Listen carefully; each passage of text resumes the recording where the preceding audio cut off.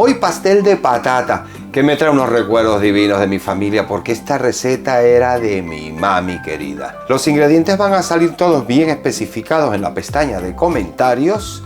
De todas maneras, sobre la marcha los voy diciendo. Comenzamos con 1 kilo de papas que lo vamos a hervir porque vamos a hacer un puré. Ya peladas las ponemos a hervir.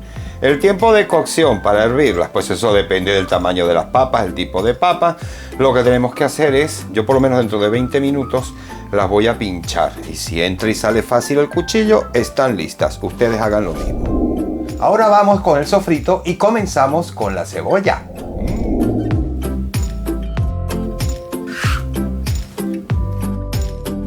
Cebollín, medio puerro o ajo porro. Y por supuesto no puede faltar el ajo. 3 dientes de ajo. Picado en cubitos.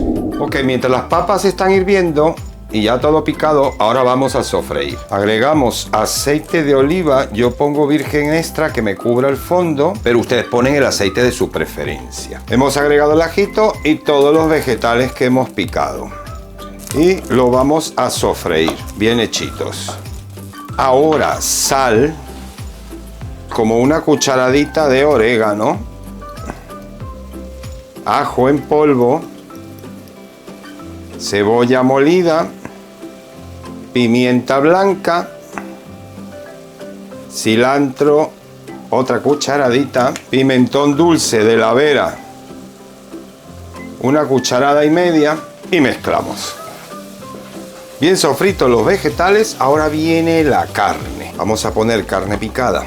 Yo por lo menos uso de ternera, de vaca, pero si quieren pueden ponerla de cerdo o de pavo, de pollo o mixta. Mi madre la hacía con carne de vaca, de ternera.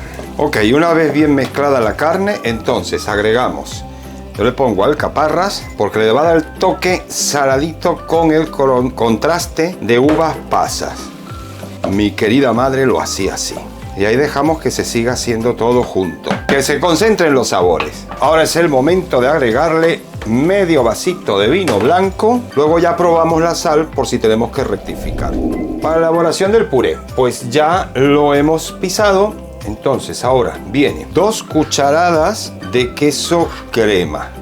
El de su preferencia. Y vamos a mezclar. Agregamos un chorrito de leche tibia y lo vamos haciendo a ojo porque el puré no debe de quedar muy blando, como cuando hacemos el tradicional puré de papa, que se queda bien cremosito. Si no pierde cuerpo, queda muy aguado. Agregamos 1 cucharada de mantequilla y a mezclar. Nuez moscada al gusto y pimienta blanca.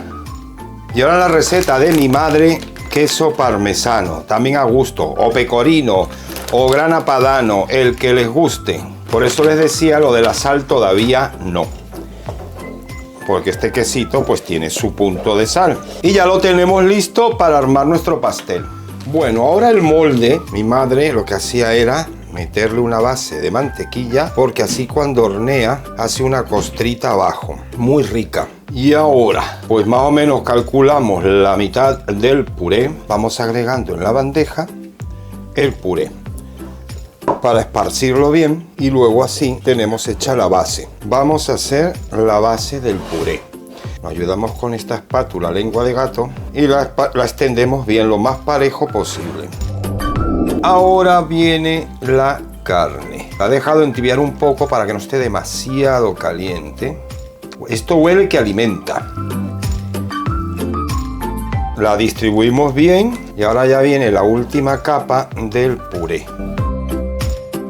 Una vez bien distribuido la capa final de papa, del puré de papa, lo que mi madre también hacía era ponerle pan rallado en la superficie, porque así queda crocantita la corteza. Y coronamos con queso rallado parmesano para que le dé ese toque rico especial. Verán qué pedazo de pastel de papa. Ahora vamos al horno.